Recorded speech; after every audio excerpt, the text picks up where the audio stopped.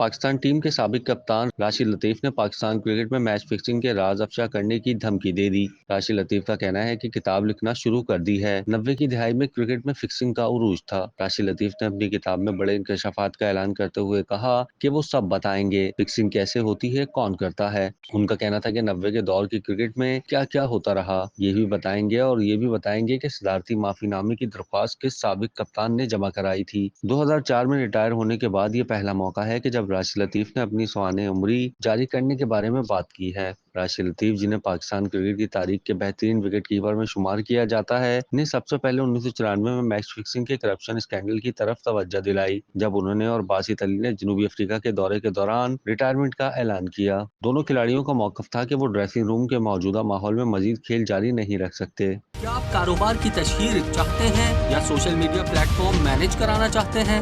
تو دیر کیسی، ابھی رابطہ کریں اونلی نیوز کی ٹیم سے۔ ہمارا کانٹیکٹ نمبر آپ کی اسکرین پر ہے۔